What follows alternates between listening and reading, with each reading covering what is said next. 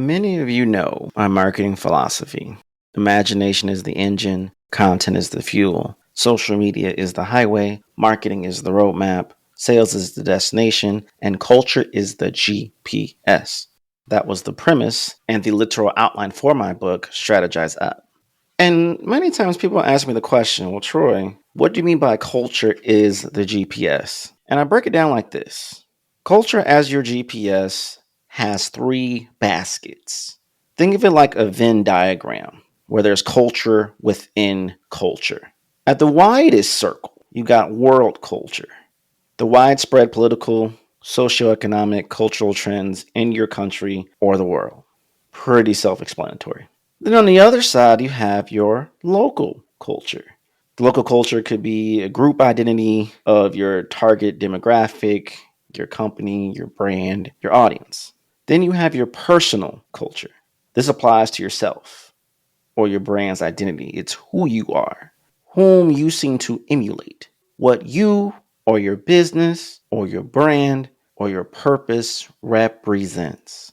And many times, when you're looking at this Venn diagram with, let's say, your local culture on the left, your world culture on the right, and your personal culture in the middle, when we try to pitch for business, pursue clients or customers in our marketing and sales initiatives and tactics, create content and comms to drive connectivity and attention and awareness, you know what the biggest mistake most people do? They assume that who they're speaking to is just like them. They see the world like them. They experience the world just like them. They like the same things. They think the same way. They prefer the same platforms or processes or tools or TV shows. They're trying to find people who are like them, when in actuality, that is furthest from the truth. You should be trying to pursue people who would appreciate and find value in what you offer and the results and the input that they can get from what they're offering.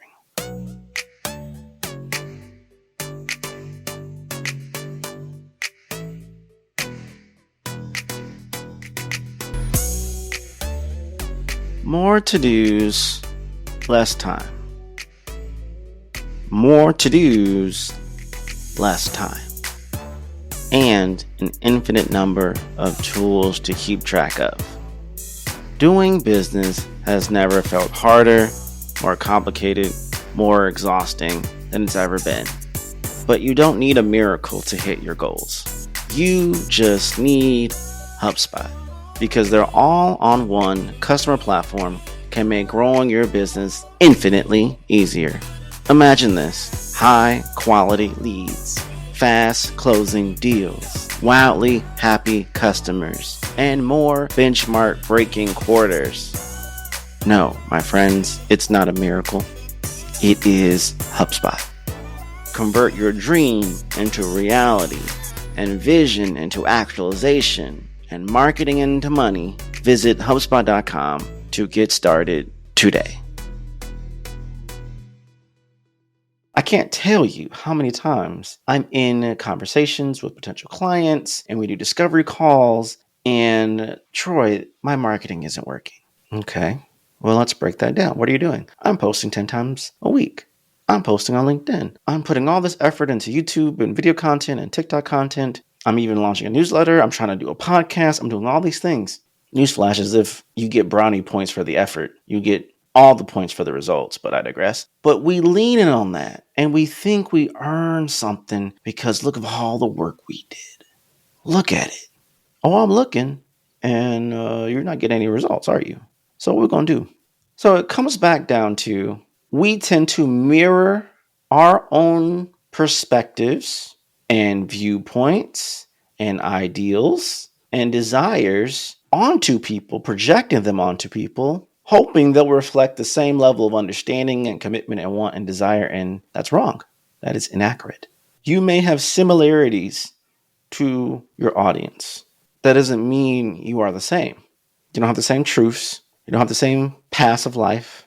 And recognize that even though we are all in the same world culture, it influences all of us differently based on our literal geographical locations, our socioeconomic status, and all the different identities that make us who we are, our truths, our beliefs, all of these things. And in the same way, we can't assume or dismay that local culture doesn't impact us as well. And of course, our own personal culture.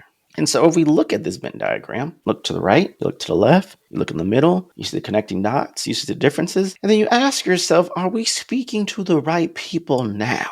And like I said in a previous episode, it's naive for us to think that what happens in the world culture, that what happens in the local culture, that even what happens in each one of our potential customers, our existing customers' personal culture, doesn't add up to impact our own culture, our business culture, and ourselves.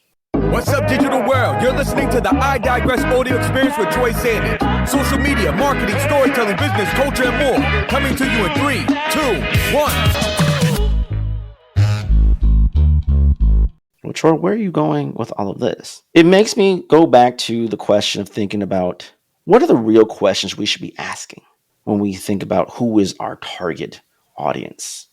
Who is our archetype? What's our niche? Where's our marketplace? Where are they in the world? What platforms are best suited for the style of their consumption that they may want to buy, engage, activate? It's not enough to be where the people are. I want to be where the people are if we aren't compelling to the people that we're talking to. This takes things a step further beyond leveraging language to launch. It's not enough to speak the same language as someone. Congratulations, we've graduated to sharing the same language. But now we have to connect and compel to convert. Now we have to earn their heart. Now we have to attract and amplify to activate. That action, that longing, that desire, that trigger to do the next thing. And many times we miss it. Not because of podcasts we're creating, the newsletters we're launching, the videos we're pushing, the written content we're outputting. It's the foundation of the message itself. Would it resonate with these people on a 3-dimensional, or dare I say even 4-dimensional level? Well, Troy, once again, where are you going with this? As many times as I have helped people generate money, generate revenue, drive sales, drive very impactful marketing campaigns. And I'm not talking about generic basic campaigns. I'm talking about highly complex, individualized, customized marketing campaigns at the global level that we have to assimilate at the micro level per their region, per their language, per their ethnicity, and what they desire and what they want. And then try to connect all of that to drive big amount of money in a short span of time. And a lot of that comes down to knowing the cultures and connecting the dots and the nodes and seeing where's the overarching vantage points that we can access to bridge those gaps and bring people together. This is taking things from just a content distribution to a psychological viewpoint of not just the why we're creating or the how or the where, or the when, or to who. But taking all that together, like you're bringing all the people to form Captain Planet and saying, this is what we believe. This is why we believe it. These are the influencing factors as could impact the level of trust and influence. And these are the things that we need to lean on to move that forward in the positive way. But we have our gauges. When things react a certain way, we pull. When things react a certain way, we push. Versus people who have a standard way, an SOP, they don't have any flexibility to adjust to their archetype. They don't have any flexibility to adjust to their audience because they set it in stone and set it and forget it. This is what I mean by culture is the GPS. It's not just a good use case when it comes to marketing. It's a phenomenal case when it comes to being human and trying to bring the best value you can to other humans. Digital marketers, this one's for you. I've got 30 seconds to tell you about Wix Studio, the web platform for agencies and enterprises. So here are a few things you can do in 30 seconds or less when you manage projects on Wix Studio. Work in sync with your team on one canvas. Reuse templates, widgets, and sections across sites. Create a client kit for seamless handovers and leverage best-in-class SEO defaults across all your Wix sites. Looks like time's up, but the list keeps going. Step into Wix Studio to see more. Visit wix.com/studio today. I always say when it comes to social media marketing, and as I also said in the book, there are tricks to creating the magical social universe. So within these cultures, there's a series of universes that they're all interconnected. So my Marvel fans in here, you're going to love this. We're going into the multiverse, but we're bringing it back to business. Everybody has their own universe with everything that matters to them. They have brand affinity. They have brand loyalty. They are an influencer to others, and other things influence them. They do things what they think is by choice, but in most cases, it's by habit. It's influenced. It's nuanced. We move and operate. We choose what we buy. We eat what we eat. We do what we do. We consume what we consume, in a lot of part with how we were raised, with the values, what we're doing, with our life changes and goals and what we set as priority. And when we think of it from that way, every business on this planet is marketing in the hopes to fit into your universe in some type of way. Sometimes you're there for a short time, sometimes you're there for a long time. And sometimes we just can never break the barrier. We're on the outside, constantly looking in. We may go viral, and everyone sees us for like a shooting star going across the sky. That doesn't mean I captured your attention long enough to want you, to be curious, to want to understand more. Virality is just shining a light. We may see it, but we may not be curious. We may not go towards the light because maybe it's not our right color. Maybe it's just not the right time. Maybe it's so far away we don't even see the light even when it's making a blip. Just like you seeing a star, you need to see the telescope sometimes to see those stars. Now sometimes it's so bright, so clear in view, you have my attention on the right day and the right time.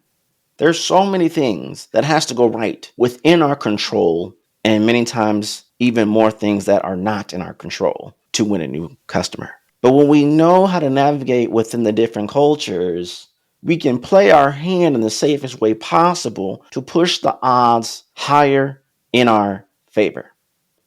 I'll give you a quick example. I've been doing this podcast since September of 2020, pandemic baby. Nowhere in my wildest dreams would I have ever thought we would have gotten past my goal of 100 episodes and still doing this thing. Nowhere in my wildest dreams would I say we're getting closer and closer to 1 million downloads. We have over 500 ratings and reviews. We've been listened to all over the world. We've been on numerous radio stations, numerous distribution platforms, over 200 distribution platforms. People are listening in China, in India, in Indonesia, in South America, all over the United States and Canada, in the Philippines. Everywhere I've actually done a virtual talk or in-person session, whether in the United States or abroad, I've been blessed and enabled to bring in listeners from different cultures to learn about marketing and strategy and business and growth in my own viewpoints. I'm introducing things and allowing people, if they choose to accept, to enter into their universe and them in mine. Here's my viewpoint. Here's what I'm seeing. But if I didn't incorporate the feedback loop of what landed, of what didn't land, of questions asked, of curiosities, of trends, of world cultures, not just my local where I'm living or my continental United States, or even my own industry being marketing and business and growth and go levels beyond and above and outside of it, I would be so limited in my growth. And people would not be listening to this podcast, and this podcast would no longer be in existence because it's not as relevant, it's not landing, and I'm for the people. I want to be the people's champ. If it's not bringing value to you no more, I'm done. I'm out. It's over.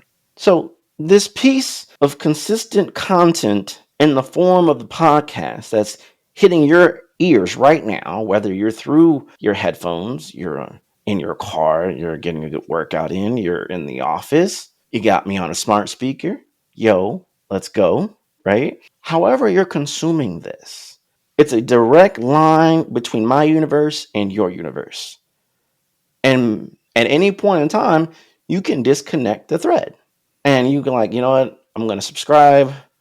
I'm going to follow. I'm going to continue to listen. Or you're boring me. I'm out. Whatever the case might be. And I'm not trying to get too woo-woo on this, but I'm trying to, in my best way possible through audio, allow you to grasp a visualization of the intricate details that's required with anything that you create, with anything that you do, with anything that you output to the world in the hopes to get something back. Starts with connecting nodes, connecting universes to be relevant to someone else. And no matter how much marketing may change on the platform level or the terminology level, it is still a psychological human to human game that will never change. And part of that is knowing there's so many things that just happen by chance. My podcast happened by chance. Being blessed and honored to be part of the HubSpot Podcast Network happened by chance. What is a chance that I would see a post by Christina Garnett sharing that HubSpot is bringing in new podcasters on their new network they're launching? And out of 600 plus candidates, someone who didn't have any type of download numbers really pitched his way in and had the blessed opportunity to be part of something that I'm still a part of today. I was part of the original 8. And I'm still part of this network today. What are the chances that by my affiliation, that would allow me to speak on stages I didn't have access to, whether because I was too young, or if I can be blunt, because of my color? Not saying there's racial undertones, but I'm saying there's still nuances and challenges and struggles for different audience groups that I will never deny.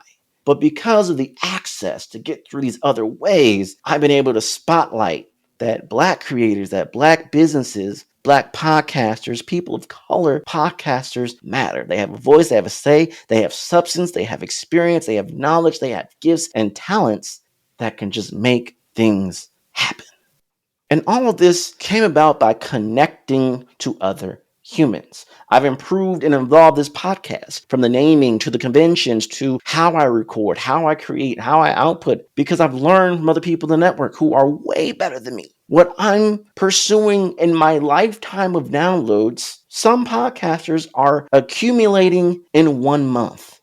Now, maybe I'll get there, maybe I won't, but I know my lane and I'm satisfied with my growth. And that's the thing with a lot of creators and business owners. We compare ourselves with the people at the top of the top of the top when we just need to compare to where we are, to where we were, versus where we're trying to go.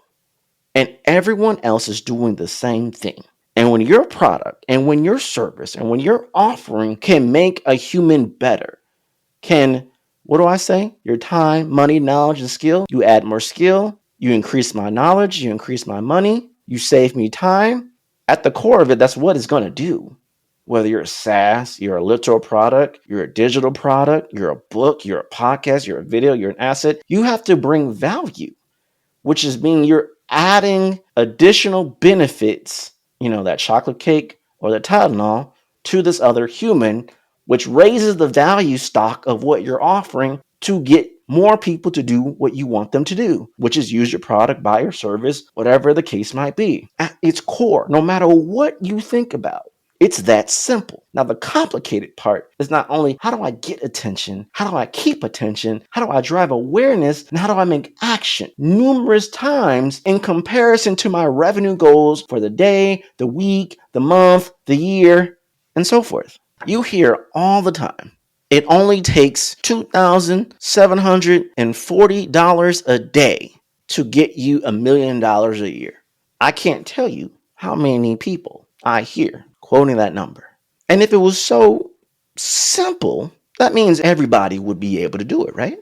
$274 for 365 days will get you over $1 million USD. That's the formula. That's simple. So if your goal is $1 million, that's how much you're going to make a day. Break it down how you need to. And yet, most people will not make $1 million in their entire lifetime of work.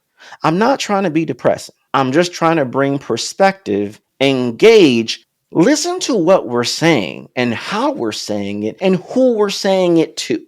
The reason I started this podcast was in most cases, one, as I've said time and time again, if you're an OG, you already know what I'm about to say. If you're new here, welcome. I didn't hear a lot of BIPOC or Black, to be more specific, business leaders, marketers, or creators talk about how do I grow? How do I market? How do I sell from my vantage points using examples, analogies, and language that I would understand, that I can apply and move things forward. You see, I've been in plenty of rooms where people were given great insights, but it went a million times over my head. And in some cases, I can't get mad at the person giving the insights if it's applicable to most people in the room. If I don't fit the archetype that has the access, the knowledge, the understanding at that certain level, and you're talking way above me, I was just in the wrong room that day. That means I either need to come up or I need to go down. If I'm on a fifth grade education and you're talking things on a college level, of course it's going to sound like a foreign language to me. I don't understand. I have no baseline to compare, engage, and measure the ideologies you're delivering to me. And believe it or not, many times what we may think is the most obvious thing in our marketing and our sales and our messaging and our delivery sounds foreign to our audience that we desperately want to buy our products and desperately buy our services. When is the last time you have went through your funnels? When is the last time you've consumed your own content? Not from the vantage point of like, oh, my voice sounds like this, or, ooh, we look like this, or no, the actual substance of what you're outputting. Does it make sense? Does it reflect the world culture if it's relevant? Does it reflect the local culture if it's relevant? And it better well reflect your personal culture.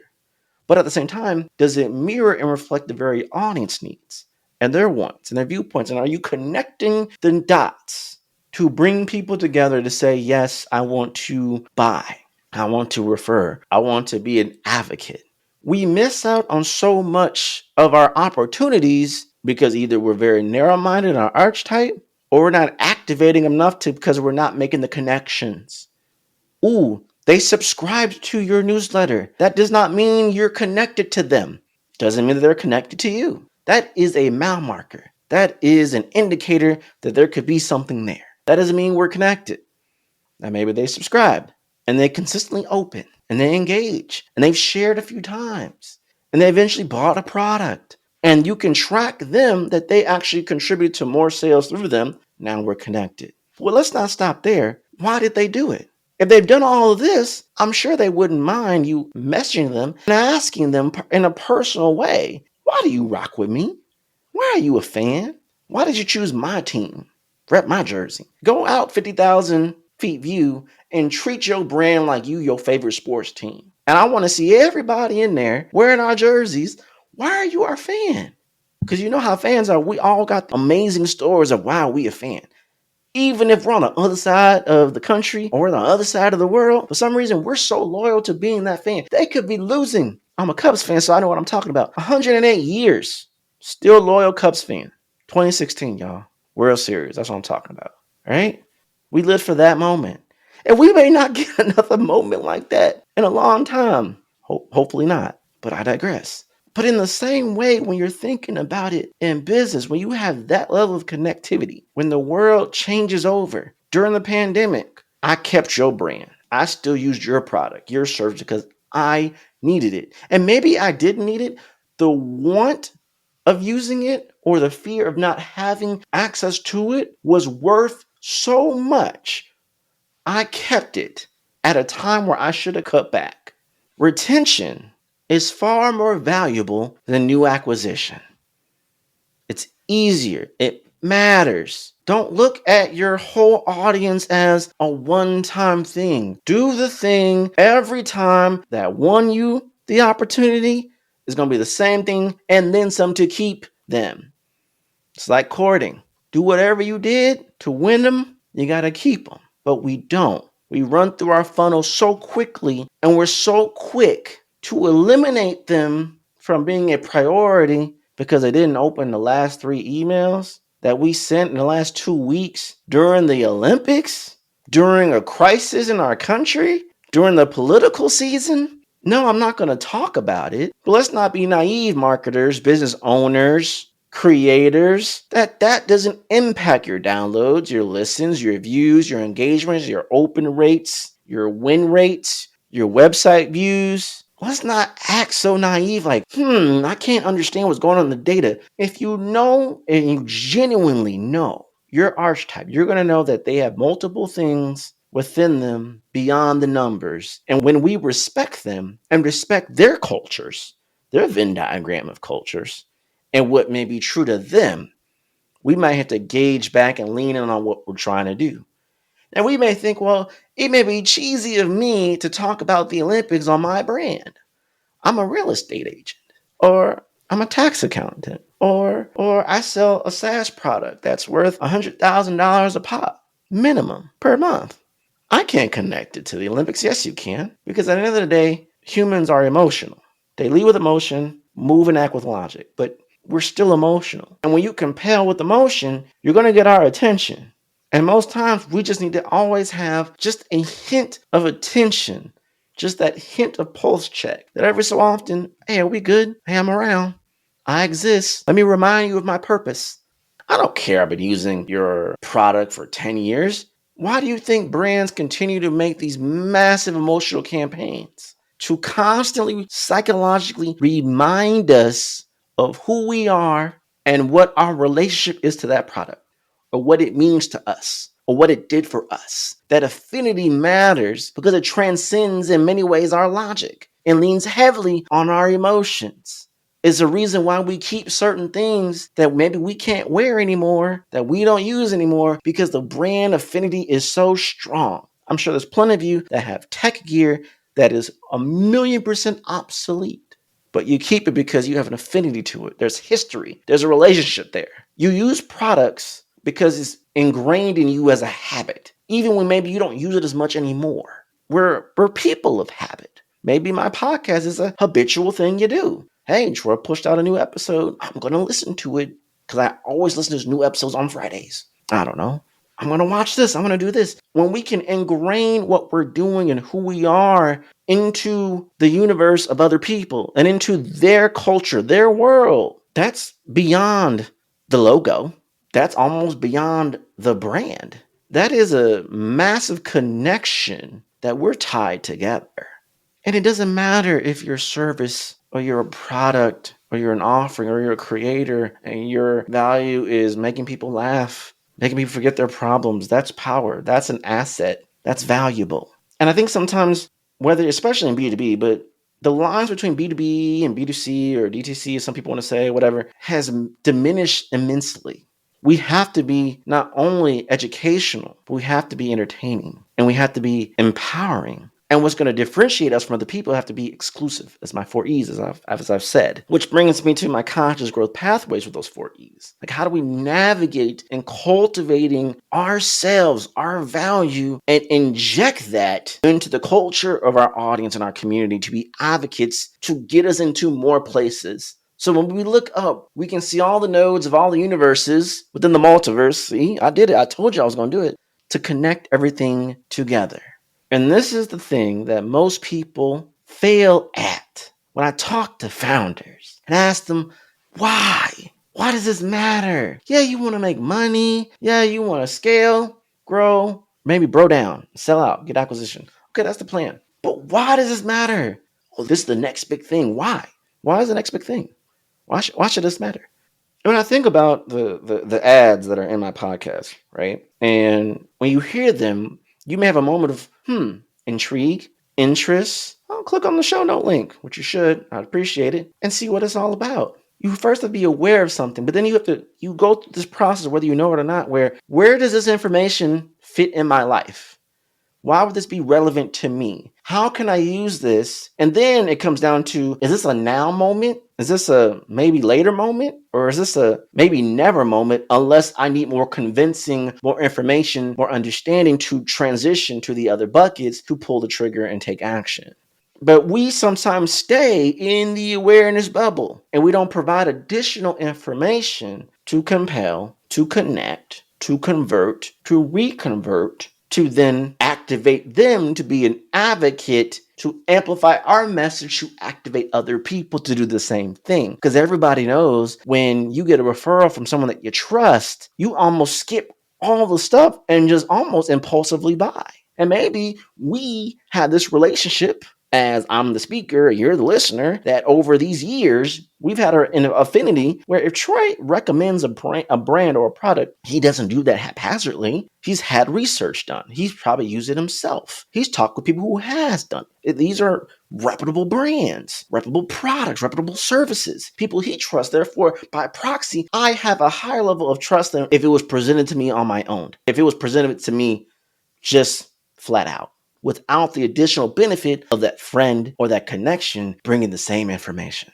And when we can be on that level, when we understand our culture and going beyond the leveraging the language to launch and the connecting to convert and tie into someone's real culture and let that be our guide, we can be the source of truth, the source of trust that skips a lot of barriers that allows people to say yes way more easily. The resistance has been reduced. The friction has been reduced, leaving an easier pathway to growth and success. Conscious growth pathways. We need to be more aware of not only what we're saying and why and how. Does it connect? Does it compel? Does it even matter? Are you an aspiring entrepreneur or business-savvy individual ready to take matters into your own hands? Imagine starting a new venture with low startup costs, entering a growing market, and having the opportunity to shape your own future. Picture that you're at the helm of a successful delivery business, partnering with one of the world's most prominent companies, Amazon, through their Amazon Delivery Service program. They are searching for hands-on leaders with grit and determination. People who are ready to hire, coach, and motivate a top-notch team of delivery associates. Maybe people like you. And here's the thing, you don't need logistics experience. You'll gain access to exclusive deals, services, training, business coaching, and state-of-the-art technology. As you launch and grow your business, you'll have the support of Amazon's team at every step. So, are you ready to build the future of delivery and embark on a rewarding journey with the Amazon Delivery Service Partner Program? Learn more and apply right now by going to amazon.com/radio. That's amazon.com/radio. And you can also click on the link in the show notes as well. Take the first step toward a brighter future today. There's certain things that don't matter right now. Yeah, people need to buy this thing, but it just is irrelevant right now. Our mind is on the Olympics. So if you're not in this attention space, we'll see you in September. This is where we're at. And this is where we need to understand. It doesn't matter if you're a small business, if you're a legacy brand, if you're a Fortune 500, 100, if you're the top dog on campus, or you just started your business yesterday. It's not enough to garnish attention. So many people push virality and they get attention, but they get no money. They get no substance. They get this massive boost and reach, hit a peak and fall all the way down. It's not that they didn't maybe capitalize on the moment. What they were presented to and how and the manner in which they were presented to was funny, was a joke, or it was commendable, it was empowering, it was top tier. There's certain emotional triggers that's going to make you last longer and have a longer shelf life than others. It's not just the fact that you went viral. Why did you go viral? Did it connect to the very people who's going to take action from that? It does me no good. None whatsoever. If I launch a podcast episode and all of a sudden I get 50,000 downloads in like one day, if I can't even get 1% of those people to listen to the next episode, like, did the episode do well because of who I brought in as a master class, the naming, just the time of the day? Was I at an event? Because that happens a lot. I'm at an event, I do a talk, I reference my podcast, and then people massively go and listen. But why didn't they subscribe? Why didn't they convert into a consistent listener? Was it the wrong episode? Was the first 5 minutes like not hitting? I'm out. And then they forget about me and it's never again. Take that same example and apply it to where you're at. Let's not just run through the funnel. Let's run through the funnel through the minds of the consumer, through the audience. There's a new show, Beautiful Minds, where he's trying to be in the mind of a consumer. And people say this. This isn't new. People say this all the time. But what's different is that most times we think through the mind of the audience, but still through our own biased view. And we don't do it with culture in mind. This should work technically because of our compiled of data. But what we missed was the profile we built was for a very specific person with a specific type of money and a specific type of geolocation who believes and thinks a certain way.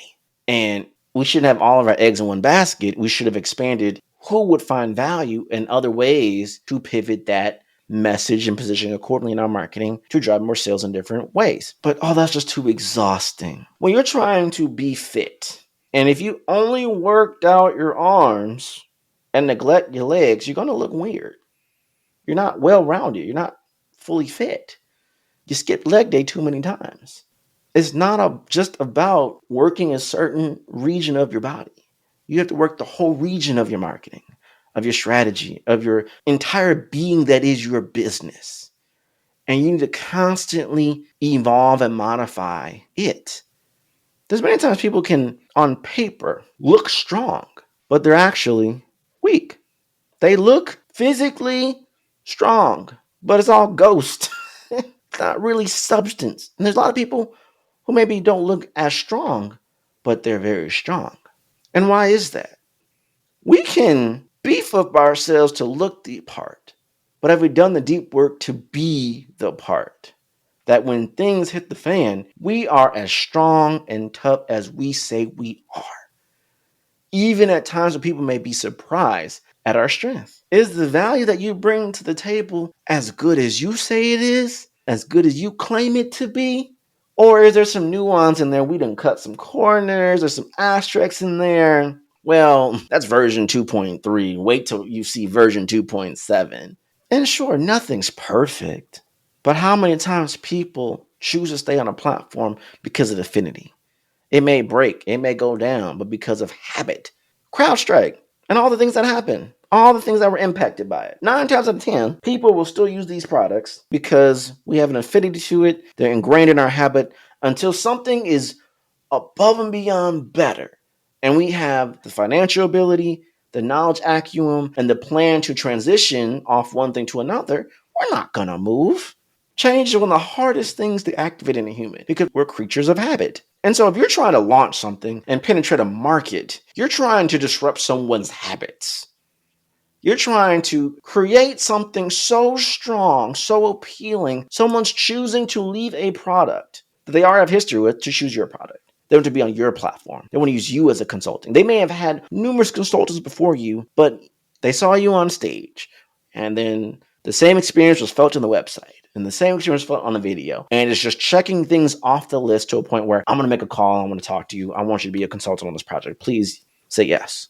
The connecting nodes of all of this. And it comes down to the culture aspects of it. And I've been trying so hard to find the literal words to describe this phenomenon and this experience and this viewpoint that I'm trying to spread to more people.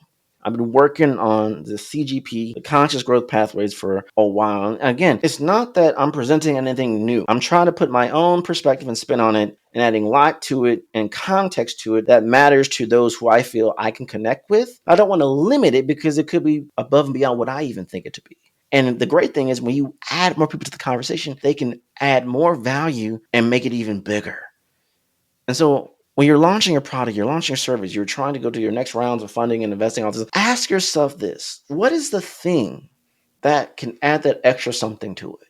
You may not have that, but I guarantee you've asked enough people, you put it out there, more people will feel more inclined to give it to you. And you put all the pieces together and make something of it that's better than what you could even imagine it to be. It takes on a life of its own, a value of its own, an impact and mission of its own. When someone holds an iPhone or someone holds an Android, you can almost in so many ways get a certain affinity for who this person is, how they think, how they dress, where they go, because of literally the phones that they carry. Not in all cases, but because we know all the different universes connected to this product, that means beyond, again, it's just a phone. But it's not just a phone. They have all these products and apps, and it matters, and you're connected. It is a pathway. It is a gateway to the world, to the people that we care about most. an instant gratification of messaging and relaying information and, and consumption. It's literally the windows to the world in our pockets. That's why we're so addicted to it. Through social media, through reading a book, calculator, flashlight, videos, games, you name it, we can do it all from our phone. And yet there's so many models, there's so many versions. But at the end of the day, there are big players and there are small players. We can apply that same thing to any industry, to any product, to any service. There's big players, there's small players. There's newcomers, there's people who are becoming obsolete. Either they grow and evolve or they die. And sometimes we've seen this too. It's not just in the Marvel universe, it is in real life. Brands are being resurrected, literally because of nostalgia. We connect the nostalgia back to the emotion. It transcends logic. I want it again. Flip phones are in again. They're back. Vine's back. MySpace is back. I saw somewhere Friendster's back. It's out of style till it's not. It's irrelevant till it's 1,000,000% relevant. Some of that's because of virality. Some of that is because new generations is finding new value in something we've already had in existence from past generations, but they didn't have the same affinity, history, and relationship that we have. They didn't have years of it being ingrained in your culture as someone else did. And so from that, oh, this is different. To me, this is new. Which to other people, it's old. So make sure when you're conveying your marketing, your business, and your strategy, you're not seeing it as, I've been doing this for 10 years. Every new interaction is new to that person. This is completely foreign to them. They do not understand. They do not know anything. This is how we're going to have to move these things forward. And I struggle with this because I know these things, right? I'm telling this to you, right? But yet in myself, I find myself struggling in converting new clientele. It's not that I'm not knowledgeable. It's not that I don't have the experience or the ability. Not that I'm not been proven. Am I assimilating who I am and the value that I bring to the table into the cultures of people who I'm trying to connect with to buy? To a point where they will say yes. They don't flinch. They buy. They buy again. They refer. Am I asking the right questions? Am I saying the right things? Am I sharing the right things? Am I driving an emotional connection the right way that doesn't deter people, but brings people closer to a resolve that see me in their plan to move things forward for their big vision of their business, their product, their service, in a way that I can do all the talking all day long. But if you can't see the connection, and if you choose not to open the door to let me in into your universe, I ain't getting in. There's not going to be a no. There's not going to be a connection. Those are things outside of my control. I can lead or guide a conversation based off observations and patterns and history and data, but at a certain point, it's beyond me. It's them choosing to work with me. It's you choosing to listen to me and for you to listen to me again and maybe to give me a review or maybe share this podcast episode or tag me. You know how many episodes I've asked people to like tag me and what your thoughts are, give me a feedback loop, and they never do it. And yet we keep asking because we never know. For the first time, someone may be like, today's the day I'm going to ask Troy a question. And today's the day I'm going to get the question. I'm going to do a whole nother episode on it and reference them. Hey, thank you. I appreciate you for being a listener. It matters so much to me. Yes, do I want the podcast to be successful? Yes, do I want the podcast to make me money? Of course. Homie, got to pay bills. Do I want clients? Of course I do. Don't want opportunities to public speak and all these things? Yes, because I literally need the money to survive, but also because I love doing it. And I'm really good at it. But beyond that, if what I do doesn't bring enough value to connect to someone else's culture, and we're juggling the multitude of cultures within the multiverse of the world culture and your local culture and your personal culture. So you as a human, your innermost circle that impacts you the most, the mid-level circle that impacts you somewhat, and the wide net that doesn't really impact you as much, but it's there. And as you're juggling all of that, we're trying to penetrate and choose me, not just once, daily, weekly, monthly, annually. How many times have you flinched that, that product, that subscription's about to hit my account, but I'm going to make it work because I need it. The fear of not having it is more painful. Not saying that should be your calling card to get new business, but let's just be real. Your product, your service, your offering, your brand, your affinity is not as big or as good as you think it is. It is only as good as the people who use it make it to be within alignment with their lives.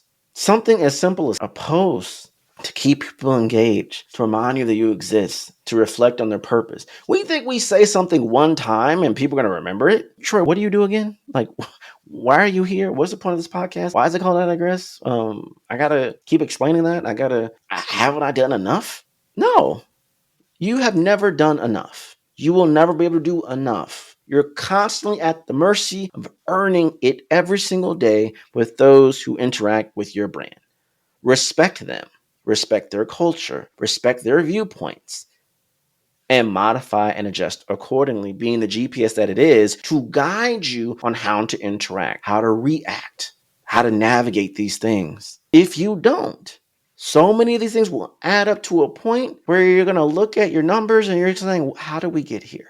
And there's nothing you're going to be able to do to get out of it at a certain point. When we respect each and every person who buys, who listens, who watches, who views, who consumes, who engages, and again, the tried and true from episode 2, the OG, the relationship status of buyers, advocates, and elevators. And instead of trying to force everyone to be a buyer, thank you for listening. Thank you for being a human that chose to spend your time on this earth in this moment you listen to this podcast, or watch that webinar, or consume that PDF, or engage with that post. You didn't have to do that, or even with paying for ads. We put all the trust in the algorithms and numbers and the data, and we're trying to modify for open rates and views and clicks and all that great stuff.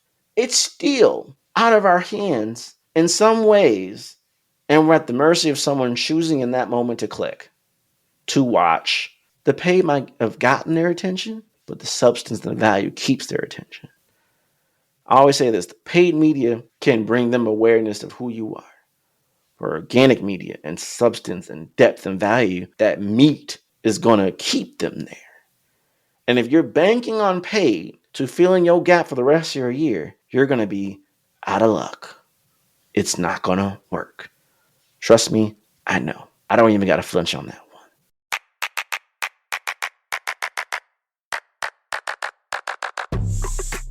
one. Mistakes That Made Me, hosted by Iman Ishmael, is brought to you by the HubSpot Podcast Network, the audio destination for business professionals. Mistakes That Made Me is the podcast that asks extraordinary business owners to share their biggest business mistakes, so you know what not to do on your road to success. Join Iman as she chats with some of the smartest minds in business about how to push through failure, adversity, and challenges, and accept it as an important and necessary part of building a prominent business. Because as it turns out, your biggest business mistakes often lead to your biggest lessons that then convert into your biggest blessings. Listen to Mistakes That Made Me wherever you get your podcasts.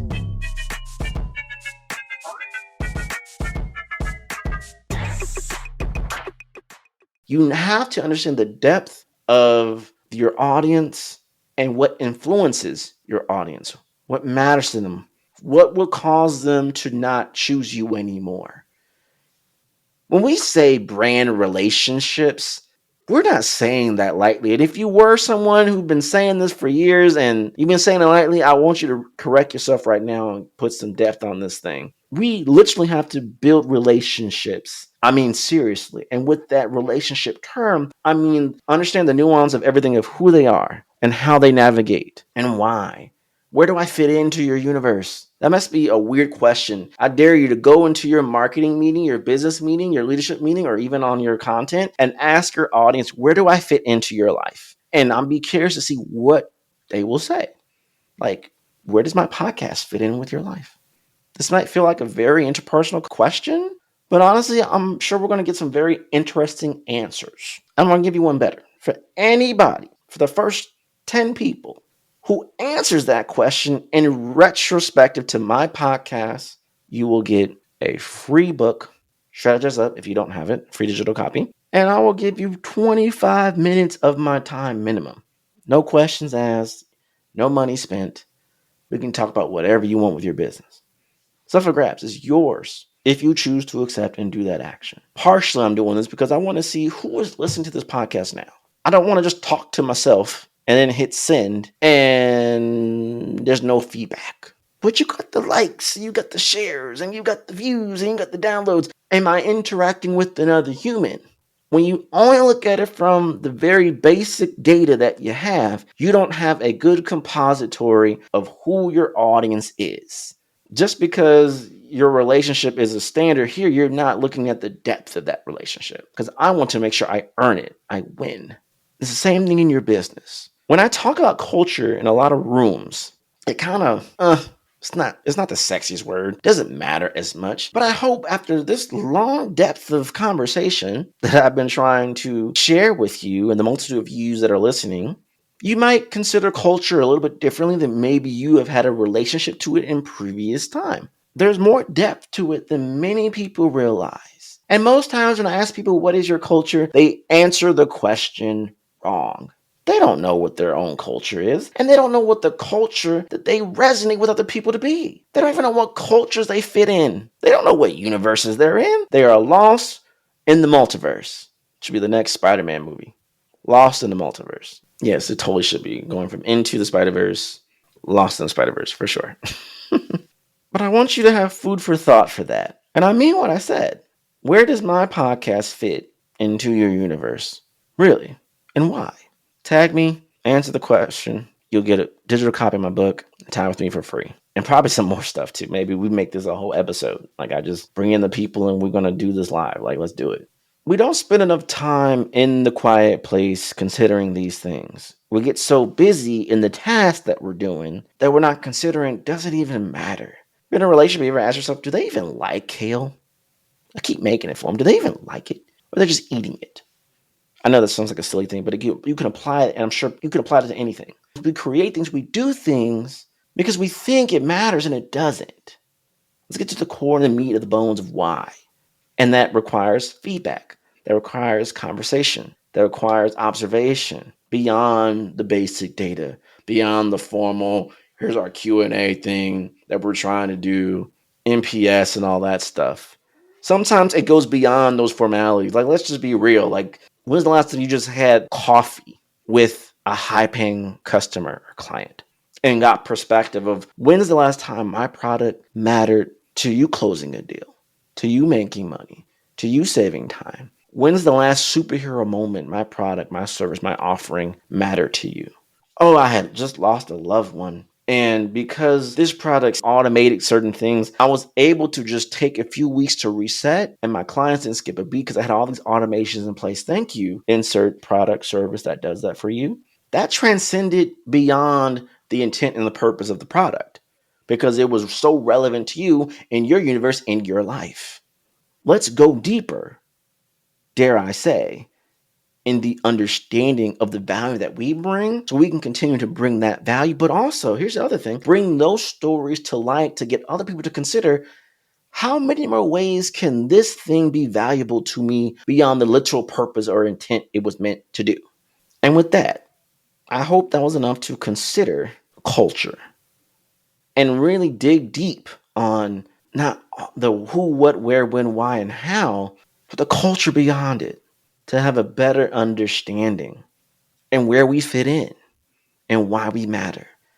It's the perfect vantage point and viewpoint when you're trying to penetrate a market as well. Identify where the competitors aren't fitting in. We caught you slacking in habits and you're not innovating enough.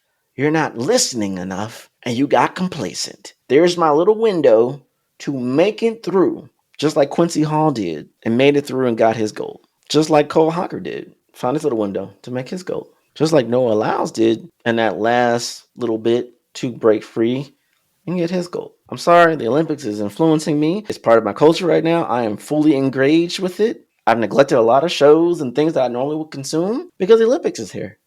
I'm going to reference it. And I'm inspired even by it. I had even made a post today just referencing Quincy Hall had said, as long as I can start the race, I know I can finish. Noah Lyles, Quincy Hall, and Cole Hocker, in the 100 meter, 400 meter, and 1500 meter, all dug deep to make those comebacks, that last stretch to win gold. And I said, this is the energy we all need to tap into the rest of this year. I'm not only speaking to you, I'm speaking to me. And when you use that as an example, their job is to win the gold.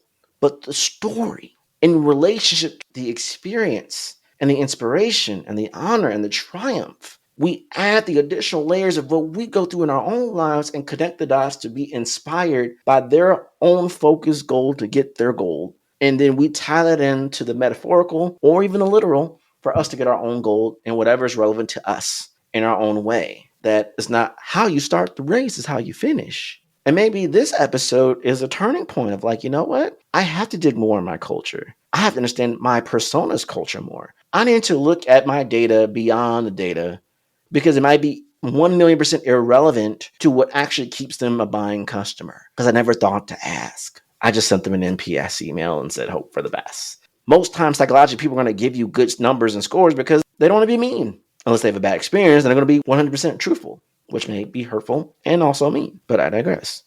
The substance of what you put out there has to have depth and layers and not be so basic, if I can use the term. I challenge you to stop being basic. I challenge you to disrupt your routine. I challenge you to disrupt how you connect with your audiences. And I challenge you to ask them, why do they choose to have affinity with you? And the answers may surprise you as to why they chose you and continue to choose you.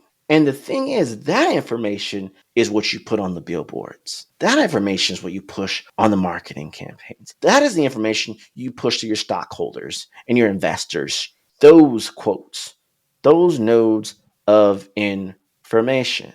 It matters. It's relevant. So lean in on that and see what happens. And that's a wrap. We hope you enjoyed this episode of I Digress. What was your takeaway? Care to share your thoughts and tag Troy on social media? You can find him on all platforms at Find Troy. Don't forget to like, subscribe, and leave a review or comment for this episode from wherever you're listening. Looking for a marketing strategist to build the structure, strategies, and systems you need to get the success you want and the ROI you desire in your business? Book a discovery call to talk with Troy at findtroy.com. And as Troy's philosophy goes, imagination is the engine, content is the fuel, social media is the highway, marketing is the roadmap, sales is the destination, culture is the GPS. Thanks for listening.